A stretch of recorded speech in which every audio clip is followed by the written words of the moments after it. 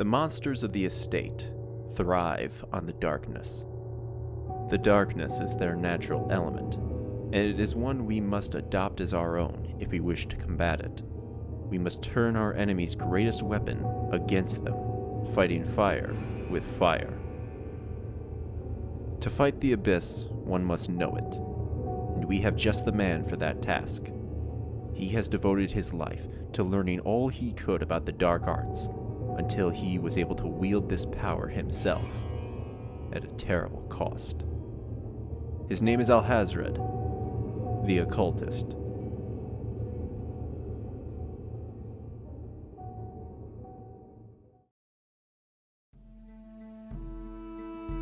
Before arriving in the estate, Alhazred was once a professor at a university. He obtained his degree from a liberal arts university, where he studied mathematics, philosophy, and literature. He spent his years teaching and gaining a reputation as an honored scholar. But even so, he was not done learning yet. He himself still had a mentor, who may have opened his eyes to the arcane fields of study, of telepathy, incantations, and dark rituals to obtain eldritch magic.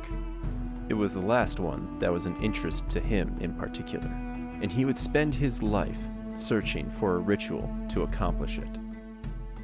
After years of teaching and the death of his mentor, he decided to take a sabbatical, traveling the world to gain first-hand experience on the dark forces. It's possible that in his travels he learned something about the flame that would make some question its holiness. His journey would lead him to a pyramid in the desert, and it was here that he would make his greatest achievement and the biggest mistake of his life. He began to explore when he came upon a monument to the eldritch gods, pulsing with power and adorned with the corpses of those who sought this same power. He translated the ritual on the side of the monument and prepared himself for the ceremony, removing the skull of his former mentor, now adorned with a candle. He began the incantations, summoning the eldritch entity to hear his offer. The creature listened, and the candle caught flame. The bargain was struck. Alhazred walked off into the desert, his path laid with the skulls of those who made the same deal. The deal in question was for the various powers that Alhazred uses in battle, summoning the tendrils of the entity to stun and pull his enemies. He could also use his hexes and curses to weaken his targets, making them easier to deal with. He can even use these powers to heal, although it could backfire on him. But beggars can't be choosers when you're on death's door. Should he need to get up close to his targets, he keeps a sacrificial dagger to stab his opponent. He wears his scholarly robes, which don't offer any protection, but assist him in casting his spells with how lightweight they are. Unsurprisingly, these dark powers came with a price. The powers Alhazred uses aren't truly his own. They belong to an entity called the Black Beast.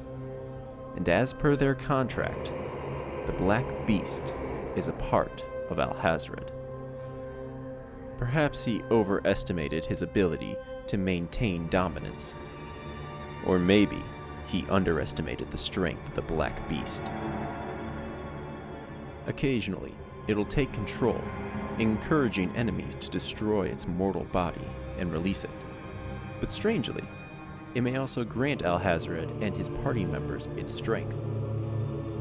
My current theory is that the Black Beast is trying to take control of Alhazred's body, to act as its vessel. It wants to keep Alhazred alive, to slowly break his will, tormenting and hollowing him out into becoming the perfect conduit for its power. Killing him would be the next best option, freeing the Black Beast to search for a new host. Alhazred would have none of it though, and he needed to find a way to stop it. His search would bring him to the estate, and he may have found exactly what he was looking for.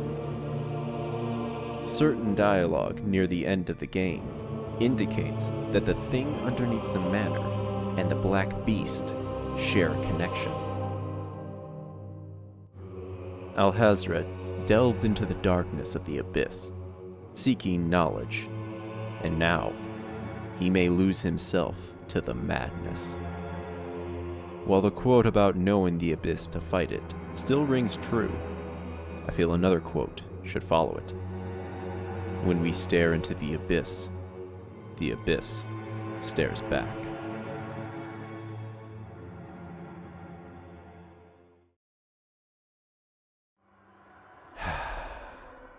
So that's it.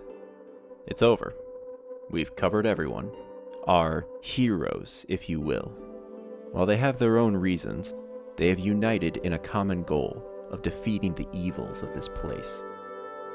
But what about us? Why are we here? To understand that, we need to talk about one man. He's the driving force behind everything in the estate. Through his actions, he brought ruin to his family, to the land, and to the world.